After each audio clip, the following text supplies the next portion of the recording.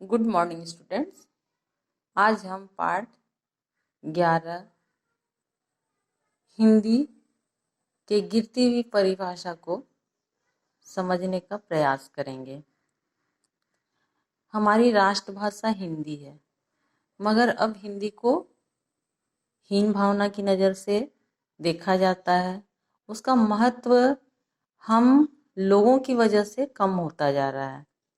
तो आओ जाने कैसे और क्यों महत्व गिरता जा रहा है।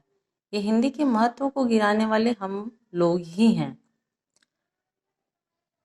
हिंदी एक ऐसी, अब यहाँ कहा जाता है कि हिंदी राष्ट्रभाषा है। हिंदी हमारी राष्ट्रभाषा है।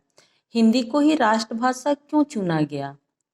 क्योंकि हिंदी ही एक ऐसी भाषा थी जिसे हम सब लोग आसानी से पढ़ लिख और समझ सकते हैं।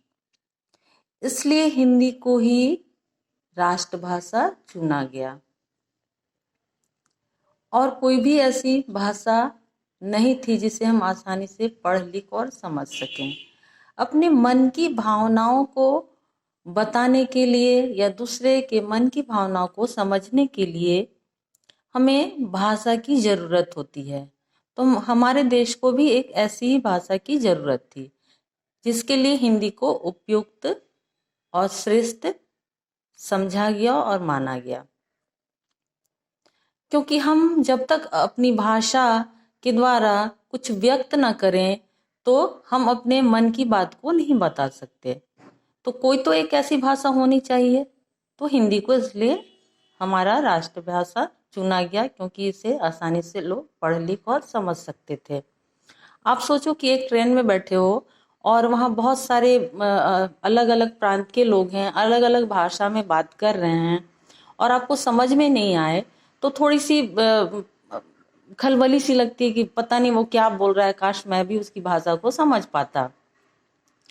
तो ऐसा लगता है ना, जब हम भाषाओं को नहीं समझ पाते हैं, नहीं लिख पाते हैं, नहीं बोल पाते हैं तो ऐसा थोड़ी देर के लिए लगता है। लेकिन ये भाषा इतना आसान और सरल था कि सबके समझ में आसानी से आ जाता था। सब लोग इसे आसानी से समझकर पढ़ लिख और बोल सकते हैं। अब हिंदी को अंग्रेजी की अपेक्षा निम्न दृष्टि से देखा जाता है। हमारे समाज में, हमारी सोसाइटी में इंग्लिश बोलने वाले श्रेष्ठ माने जाते हैं। ऐसा आज लोगों के समाज का और लोगों का विचार बन गया है। तो अब हिंदी की श्रेष्ठता को, उसकी महत्वता को बताने के लिए एक गोष्ठी का आयोजन किया गया, जिसे हम इस पाठ द्वारा पढ़कर समझेंगे। एक बार एक गोष्ठी का आयोजन किया गया। गोष्ठी यानी कि सभा का। सभी, इसका महत्व था, ये गोष्ठी का आयोजन या यह सभा का आयोजन इसलिए किया गया था कि सभी भाषाओं का परिचय जानना था।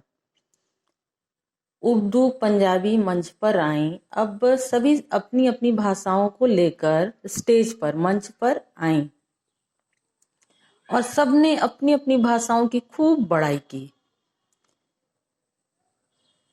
तमिल मराठी बोले बोल, साहित्य हमारा है अनमोल।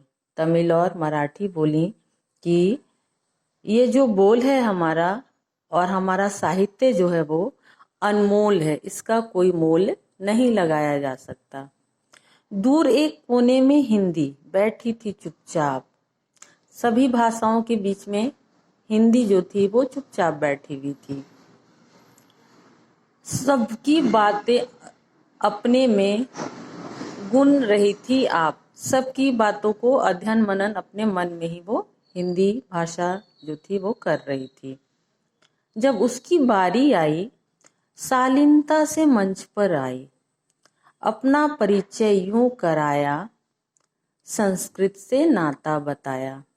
अब हम लोग बोलते हैं ना कि हिंदी का जन्म कहाँ से हुआ है, तो हिंदी का जन्म संस्कृत से हुआ है। वही यहाँ कह रही है हिंदी भाषा कि अपना परिचय यूं करवाया, संस्कृत से नाता बतलाया। उसका नाता किससे है, किससे रिश्ता है, तो संस्कृत से है। आप जब हिंदी पढ़ते हो, पाठ में हमारी बहुत सारी ऐसे शब्द आते हैं बीच बीच में जो संस्कृत के होते हैं। हिंदी अपने आप में पूर्ण नहीं है, उसे बहुत सारी भाषाओं को मिलाकर बनाया गया है सबके सुविधा के लिए। बहुत सारी उर्दू के वर्ड हैं, अंग्रेजी के शब्द हैं, पुर्तगाल के शब्द हैं, संस्कृत के शब्द हैं।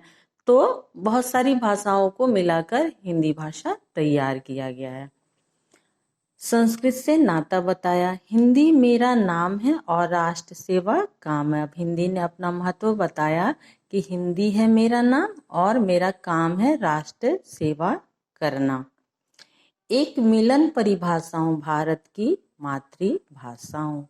अब यहाँ मिलन परिभाषा का मतलब है कि मैं एक दूसरे को जोड़ने का काम करती हूँ, एक दूसरे लोगों को आपस में मिलाने का, जोड़ने का काम करता हूँ। अब वो जोड़ने का काम कैसे करती है? क्योंकि हम अपनी मन की भावनाओं को क्या करते हैं, बोलकर प्रकट करते हैं। और जो पहला व्यक्ति बोलता है वो दूसरा सुनता है और सुनकर उसकी भावनाओं को समझता है कि वो क्या रहा है ना। तो इसलिए कहा जा रहा है कि मैं जो हूँ एक मिलन परिभाषा हूँ और भारत की मातृभाषा हूँ। एक क्षण वह घबराई, मुख पर वेदना उभर आई। एक क्षण के लिए वह घबरा जाती है और उसके चेहरे में दर्द सा दिखाई देता है। फिर वह व्यथित होकर बोली, दुखी होकर बोली, मानो हृदय की कुंजी खोली। वह अपने हृदय के चाबियों को, कुंजी को खोलती है और दुखी रहती है। कहती है कि हिंदी को जो वरण करे, कुंठाओं की शरण पड़े। हिंदी को जो अपनाता है वो कुंठाओं से घिर जाता है। बंद होठों को फिर से खोला, संयमित होकर उसने बोला।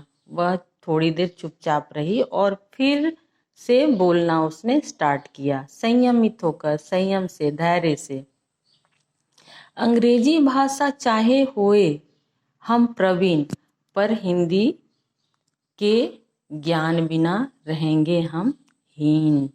अब कह रहा है अंग्रेजी भाषा हम भले ही कितना भी क्यों ना जान लें, पर हिंदी के बिना हम अधूरे ही हैं। अब ऐसा समाज में माना गया है, हम लोगों ने ही बनाया है कि अंग्रेजी जो है वो सर्वश्रेष्ठ भाषा है, पर ऐसा नहीं है। उसने कहा है कि अंग्रेजी भाषा चाहे होए हम प्रवीण, पर हिंदी के ज्ञान बिना रहेंगे हम हीन। अगर हिंदी हमें नहीं आती तो हम निम्न ही, नीचे ही रहेंगे, क्योंकि यही एक ऐसी भाषा है जो हम हर जगह प्रयोग में लाते हैं और अपनी बातों को दूसरे तक पहुंचाते हैं, समझा सकते हैं। सब भाषाएं मुझको प्यारी। अब हिंदी कह रही कि सभी भाषाएं प्यारी हैं, सभी का अपना अपना महत्व है, सभी गुणों से भरी हुई हैं, न्यारी हैं। आओ बहनों मिलकर गाएं, भारत को महान बनाएं। आओ हम सब मिलकर गाएं और भारत को महान बनाते हैं। चलो आज मैं यहीं तक समाप्त करती हूँ। अगले वीडियो में मैं फिर से इसे स्टार्ट करूंगी और अंत तक ले जाऊंगी। शेष बचे हुए भाग को मैं अगली वीडियो में प्रस्तुत करूंगी। धन्यवाद।